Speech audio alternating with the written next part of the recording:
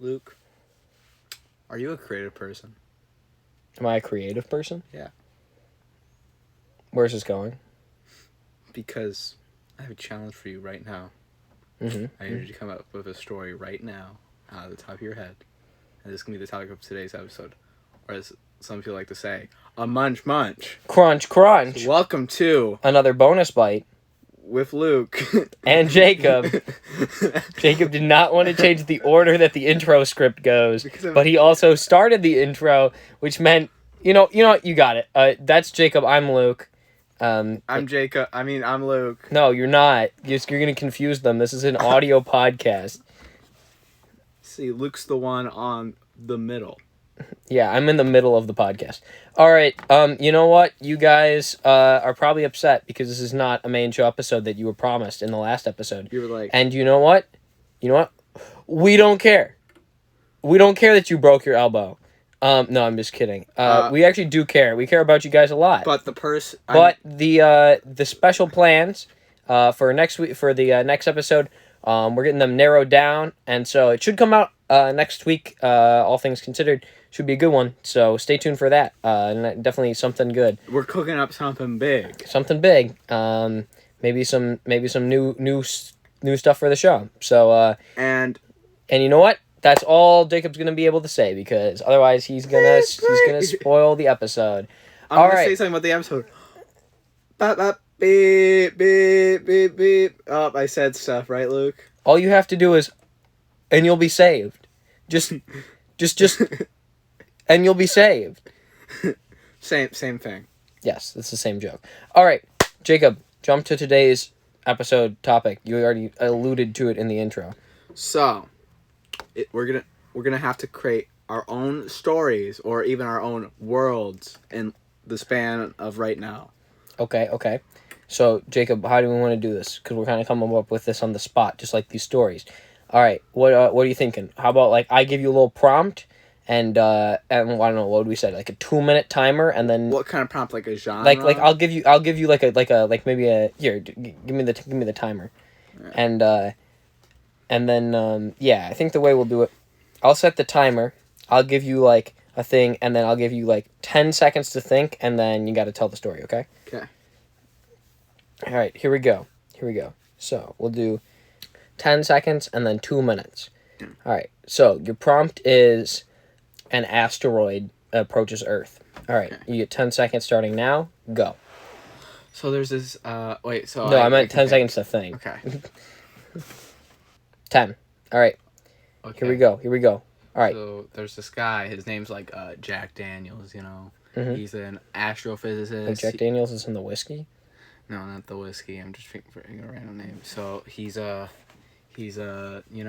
astrophysicist, a Nobel Prize winner. You know, everybody loves him until he sees his asteroid, and he names it after his recently deceased wife, Nimona. I'm just coming up with random names. Okay, keep going. So and because he. And he tells everybody that this thing's going to hit Earth, but everybody doesn't believe him. Like, this guy, he's got a few Nobel Prizes, but he's no astronomer, So he keeps on trying to tell people, but no one's listening to him. And then he realizes that that maybe it's not meant to be. So, on December 15th, 2025, Jack Daniels walks out of his little house to see something coming close, and he sits there, and as he gazes on, he smiles, as he knows it's his time.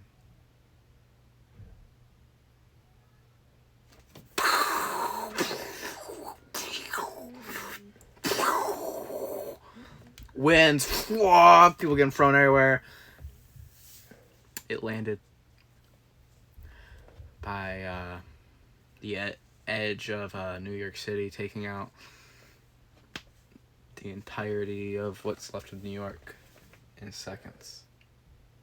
And what's left after people in the rest of the world got to see it, as it only hit like most of the east coast of the United States, is just a chair sitting on a hill with a book.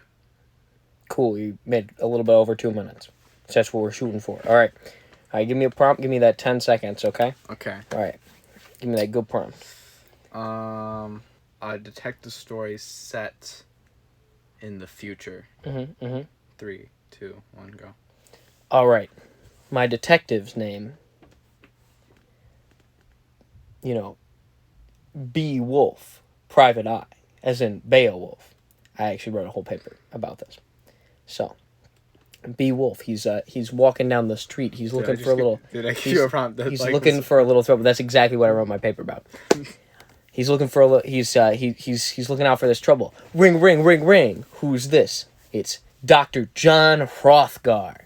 He's the owner of an elite club called the Herat Club and Casino.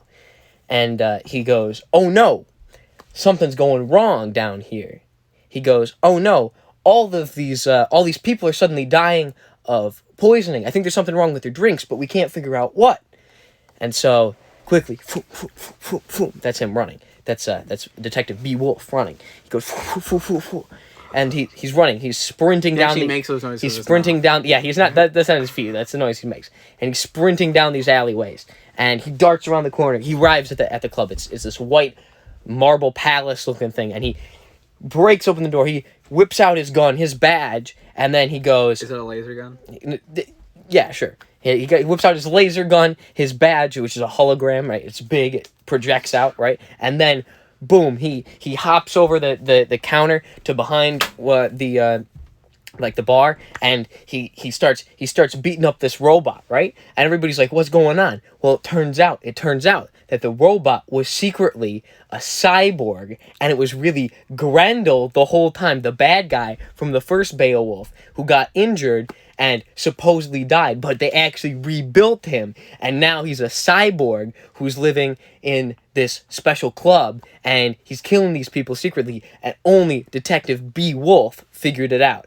And that's the end of the story. Boom. 2 minutes. So I'm too good. I have a bigger question. So I know this is based on Beowulf. So is the idea that Beowulf isn't the same guy as Beowulf in the book? No. When I wrote the story, he's the same guy. He's the same guy? He just doesn't, because Beowulf's like very mythical. Like he has a strength of 30 men in the original and stuff. So the idea is like he just doesn't age. Like he kind of like in like Doctor Who, where like he's the same guy. Like he'll age, but then he'll like regenerate. You know what I'm saying? I thought it would have been a cool idea if it was like these two are always meant to fight. That'd be interesting. All right. Let me think of another fun prompt for you, Jacob. Oh, if you give me one fun prompt, I can make an entire story on it. Did you like my last one? Yeah, your last one was fun. Maybe speak up a little bit though, because when you were getting real somber, you got real. Because that was kind of. All right. All right. Here we go. All right, Jacob. There's a dilapidated chocolate factory. It's like. Okay, the story's called Return to Willy Wonka. Okay, you got three okay. more seconds to think about it. Okay, so all right, there's boom. All right, 3, 2, 1, go. So we have this man. His name's Fred. Mm-hmm. He knew Charlie as a kid, but he didn't get to really know him well. And he starts walking to the abandoned facility looking for money, as he's fallen on hard times recently. As he opens the gate, he looks in to see dead Oompa Loompas everywhere. No, Jacob. He looks at what used to be a bustling metropolis, dead, cold, freezing even, you could say, as he walks in with a gun, making sure that the facility isn't still crawling with those evil beings. Ever since Charlie went mad, he turned into something that no one would know. So he walks by the chocolate pool filled with blood as he sees his old friend standing at the door side. He says, "Charlie, why did you do this?" Wonka wouldn't want this, as he says. You never met Wonka, Fred. Wonka was a madman. If he didn't get what he wanted, he would kill to get what he wanted. Do you know what happened to that one kid with her father who went down the pit? She was shredded to pieces. We never saw her again until I went walking for the factory. I saw what Wonka did. The Oompa Loompas weren't paid how they should have been. And now I have control. But kill me if you want. It won't do anything. As Fred shoots him right for the head, ending Charlie's reign of tyranny. Done. He already killed all the Oompa Loompas. What's left, bro? There's nothing to rule over. All right. How was it? That was funny. That was very interesting. I liked the direction you took. It Because I was kind of a little horror thriller action. Okay. If I had more time, I'd probably have more look for the factory. Well, I was like trying to think of like how I was like, what did Wonka do that was really evil in the movie? Even though if the movie could have a better rating, he definitely would have killed some children. You know that in the sequel they go to space. There's a sequel? It's called Charlie and the Great Glass Elevator, and it's the glass elevator that. So. Yeah, but the plot is I read it one time and I was sick, and you know how reading things when you're sick is. Oh wait, it was a book before. So yeah, all the stuff. It's a Roald Dahl book, but no, the sequel is basically they go to this space station and there's it's like Among Us. I wish I was joking, but I think it's actually here. Let me pull it up. So do they die? No, I don't remember exactly how it happens. I don't remember. As I said, I read it one time. This had to have been a long time ago. We're talking, I don't know, maybe Okay, I'm trying to think 6, about 7, 8 years ago. While you're looking it up, I'll think of the prompt. Charlie and his family board the flying Great Glass Elevator to return to the chocolate factory now that Willy Wonka has rewarded Charlie with ownership. When Wonka attempts to bring the elevator high enough to punch back into the factory, it accidentally goes into orbit. Wonka docks them instead at the empty Space Hotel USA, which is coincidentally nearby, causing baffled officials back on Earth to accuse the group of being foreign enemies. Wonka tricks them by loudly singing gibberish, pretending to be an alien, but is interrupted by the discovery that the hotel contains actual dangerous shape-changing aliens, known as vermicious cnids. The band escapes back into orbit in the elevator. Once they leave, the president allows the commuter capsule carrying astronauts and Space Hotel staff to dock with the Space Hotel. Upon entry, the cnids devour several staff, prompting an immediate evacuation. What? The elevator, having circled around the Earth, braves the swarm of cnids to tow the damaged capsule out of danger. During a last attempt by the cnids to tow the craft away themselves, they are incinerated by the Earth's atmosphere. The elevator crew releases the commuter capsule and crashes through the Wonka factory roof. Back in the factory, Charlie's 3 bedridden grandparents refuse to budge. Wonka offers them rejuvenation pills called Wonkavite, but they overdose, resulting in 2 of them becoming babies and Georgina vanishing, having become -2 years old. Charlie and Wonka ride the elevator to Minus Land to find her, and Wonka sprays her with the opposite of Wonkavite, Vita-Wonk, to age her again. Upon returning, they discover that Georgina is now 358 years old. Wonka gives her another calculated dose of Wonkavite to return her to normal, and they give each of the babies enough Vita-Wonk to restore them too. Immediately afterward, Wonka gets a letter from the president thanking everyone for their heroic efforts and inviting them to the White House. The group celebrates, and the prospect is finally enough to bring the 3 grandparents out of bed to join in. But Wonka left. Okay. You know what? It's probably a cash grab. Okay. All right. I'll give you your prompt. Here, you can start the time. Remember, 10 seconds to think, then 2 minutes for the story. An alternate world where the Russians landed on the moon first. Oh, that's easy. Easy peasy. Okay. I'll give you 10 seconds to think about it. Okay, you are out of time. All right. 3, 2, 1, go. John F. Kennedy lost the election by just a slim margin. It was the closest race of all time. And now Richard Nixon would be their president in 1960. And you know what? He wasn't a big fan of this whole space idea. Why should man go to the moon when he can settle his own problems here on the Earth? Mm. You know what we need to do? We need to send those boys to Vietnam. Oh my. And so you know what happened? All that money that could have gone to that new NASA space agency, you know where it went instead? It went to the boys on the front lines. And so you know what's going to happen next? Those Russians, those commies, they're getting to the moon. And you know what they're going to find out?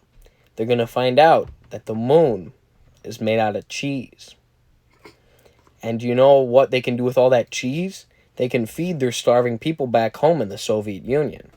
And so what they start doing is they send mission after mission after mission after mission. And they're trying to get that delicious, that gooey Gouda cheese that the moon is made out of, right? And so they're bringing these lunar landers down. They're filling them up. They're filling them up. They're filling up. But you know what happens? Oh no. One of the landers is too full. And it can't make the proper return journey. And so you know what happens? Splat! It lands right in the middle of Washington, D.C. And you know what that prompts? World War III, because Nixon is ready to go. He's already fighting the war on one front. Why not fight it on two? That's never messed anybody up. So immediately, nuclear explosions. Now the bombs are going back and forth and back and forth and back and forth. And boom, boom, kabloom. You know what? Moscow, New York, Washington, Stalingrad, they're all gone and reduced to rubble. But you know what? 6. But you know what still exists? The moon. And the moon is made out of cheese. That's it. What the crap was... I thought you were going to take that in a way more serious direction.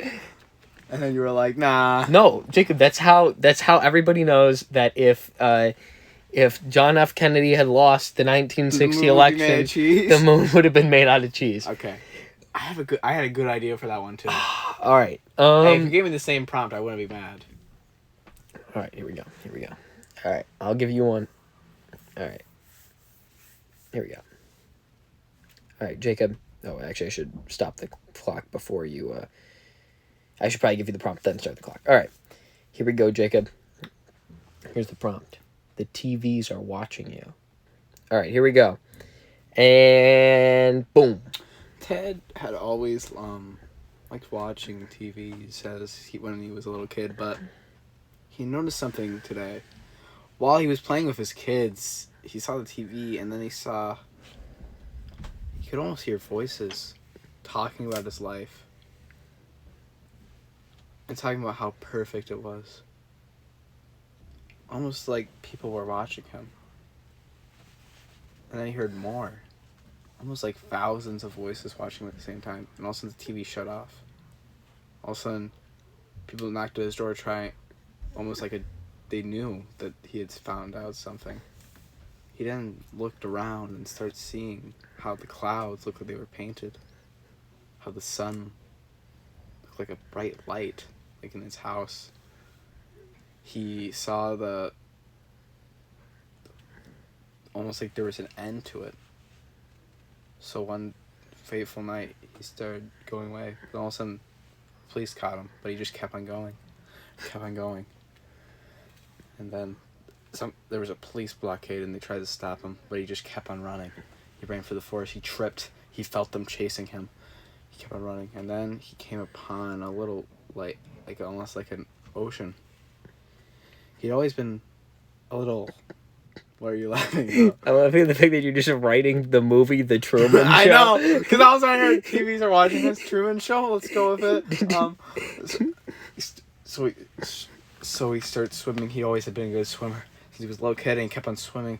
And then what he thought was the Atlantic Ocean turned out to be only a little lake as he hit the side. And he opened a door on the other side and started running. He started running outside the facility as he saw Experiment 01. And then he looked over. Experiment 02.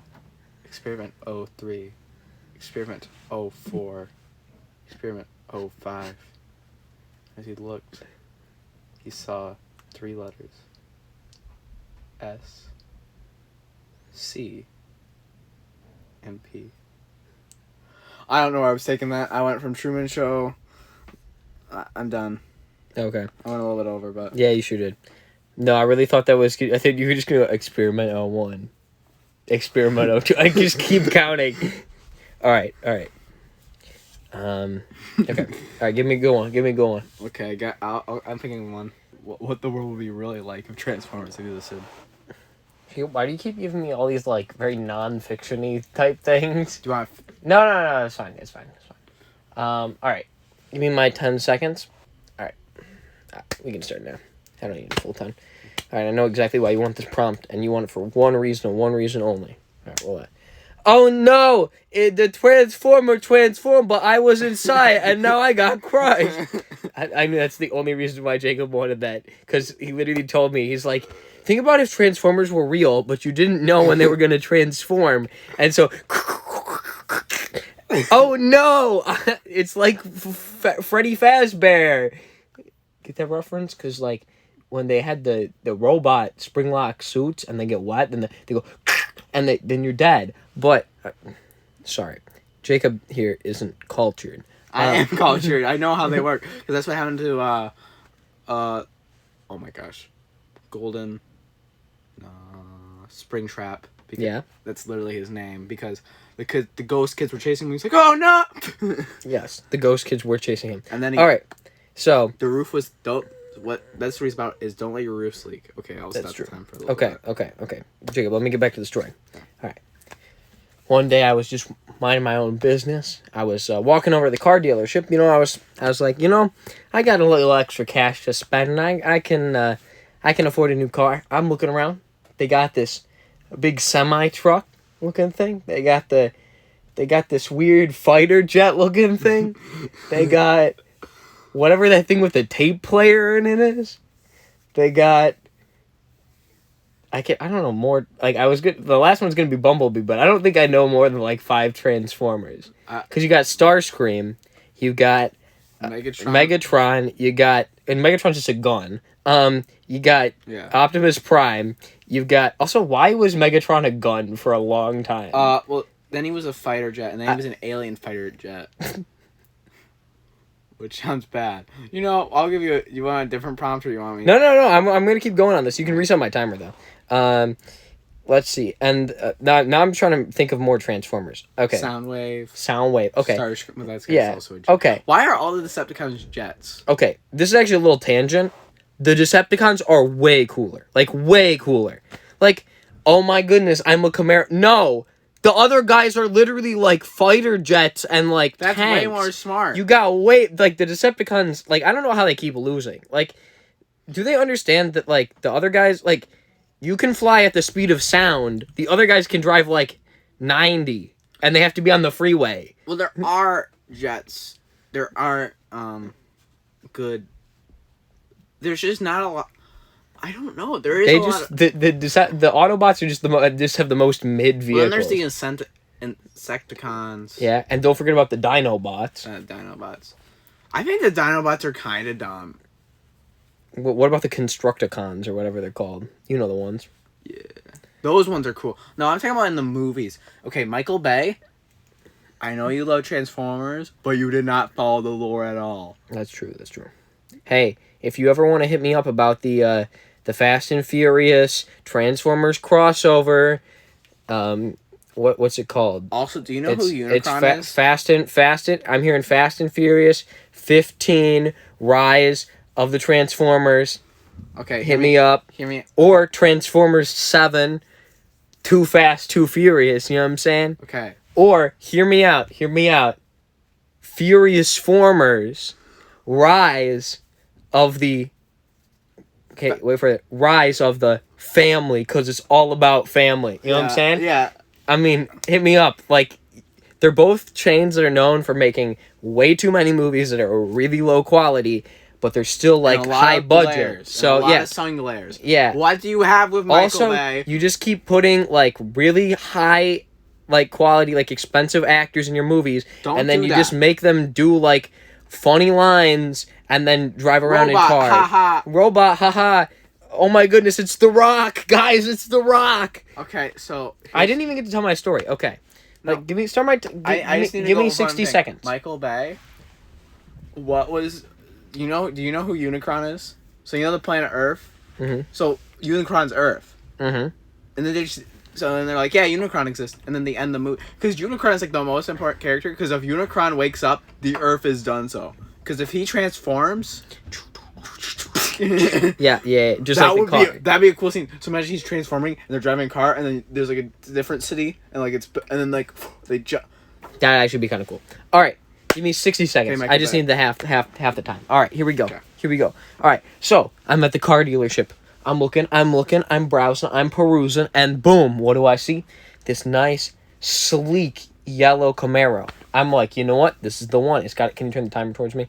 Okay. I'm like, this has got to be the one. I'm like, all right, sir, how much? And he goes, it's on the house. It's free. And I'm like, this guy probably deals drugs, but it's okay because it's a free car. You know what I'm saying? All right. So I grab the key. I hop in, close the door, turn it on. I start.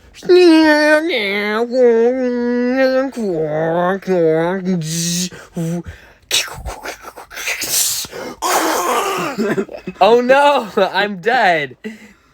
It's the same joke from the start of the episode, not the episode, the start of the story. Wow. Oh no, Bumblebee, he accidentally crushed the guy. Blood just coming down. Yeah, his right it's door. like, the Decepticons just look at him, they're like, what'd you do, bro? Alright. Also, I like how they bleed. Also, I like how the entire idea is like it's a food crisis. I don't get, is Energon a food crisis or an energy crisis? Because they call it an energy crisis, but it's their food. You know what? I think that they just need the Autobots version of the United Nations, and that'll solve all their problems. Also, All right, Jacob. Finish your also while I set the timer up. Also, in Transformers 3, the Decepticons attacked the Earth, and then the U.S. government's like, well, the Autobots are bad now. Oh, good call, good call. So it's like the X-Men when they say all the mutants are bad because some of the mutants are bad. So it makes no sense. Actually, the government does that kind of thing all the time, and you know it. 9/11. Yeah, I was gonna say that same thing. Okay. All right, Jacob. Let's do what? One more each. Yeah. Because we're getting pretty heavy on time. Yeah. All right, here we go. All right, let me get a good one. We need a good one. All right. This is basically just a little bit of a smaller main show episode. It's like a main show episode, but it's not because the main show episode comes out next week. Yeah. All right, Jacob. Here we go. Haunted Bass Pro Shop. All right, 10 seconds to think. Okay, I think I'm good. All right, he's good. Here we go. So, just imagine this is the guy telling his friends what happened. So, I was going to the Brass Pro Shop down by Atlanta, and turns out no one was there. Said it closed because the deer did something. I don't know. So, there was like 5 children missing. I don't know. So, I was walking into the Bass Pro Shop, you know, where the fish were, because I love looking at the fish before I go buy my big guns, because that's what you do at the Bass Pro Shop. So I was going there, and all of a sudden I saw the deer's head move, and I was like, that's not usual.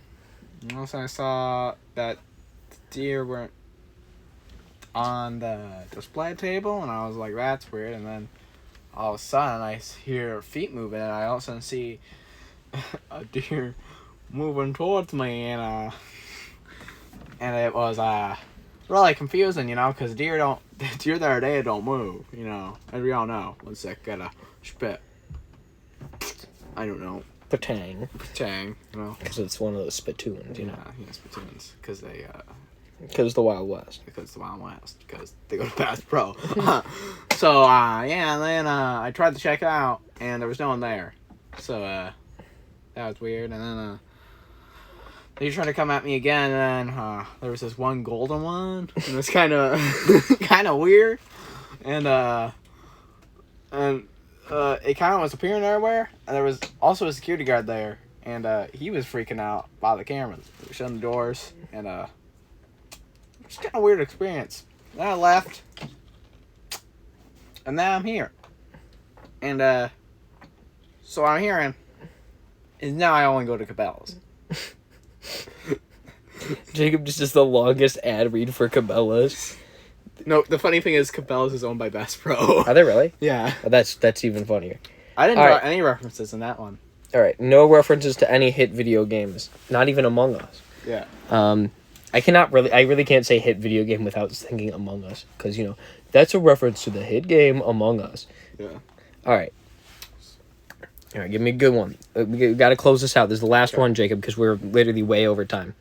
So it's the cinematic crossover between Lord of the Rings and Narnia. Okay. 3. No, I gotta think. You gotta give me gotta my 10 seconds. Oh, that's easy. I got this. All right. Okay, Jacob.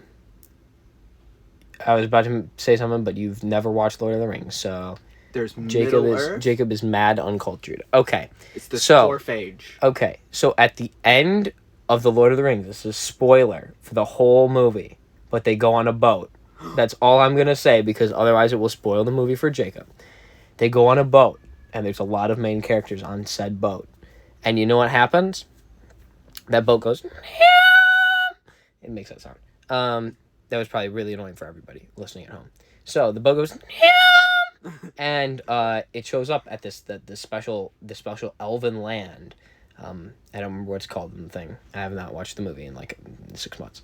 And I've only read the first book recently. All right, so they arrive at the special elven land, but plot twist. You know who else is there? Say it with me. Aslan. What were you gonna say? I was about to say Adam Sandler. I thought it was gonna be really funny if you just said Adam Sandler. Say it with me. Adam Sandler. Okay, good twist. No, so it's Aslan, right? The lion from The Lion, the Witch, and the Wardrobe.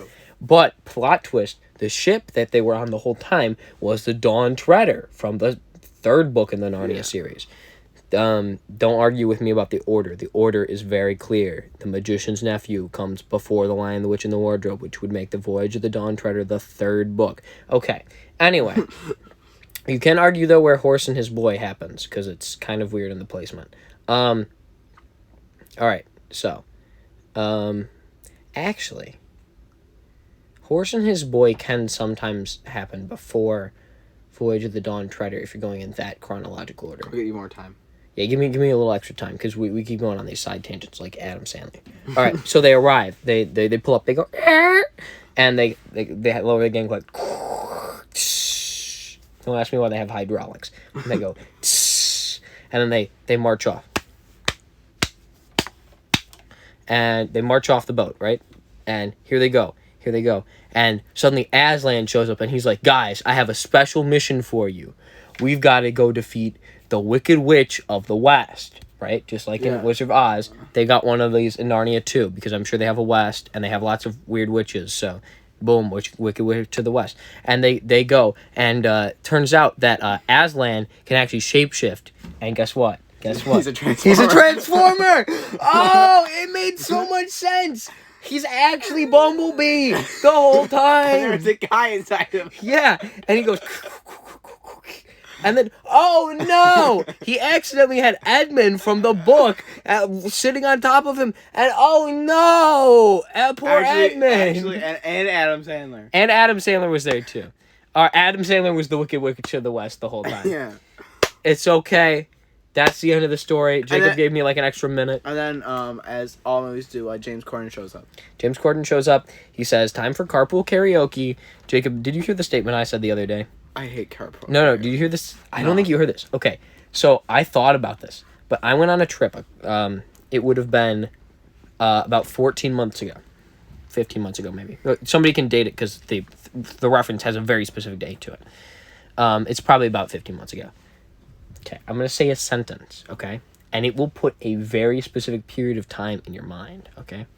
Because, think about this, 15 years in the future, this sentence will have a very small window of time, okay?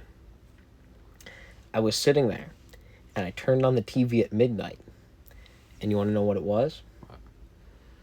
It was Bill Clinton on the Late Late Show with James Corden.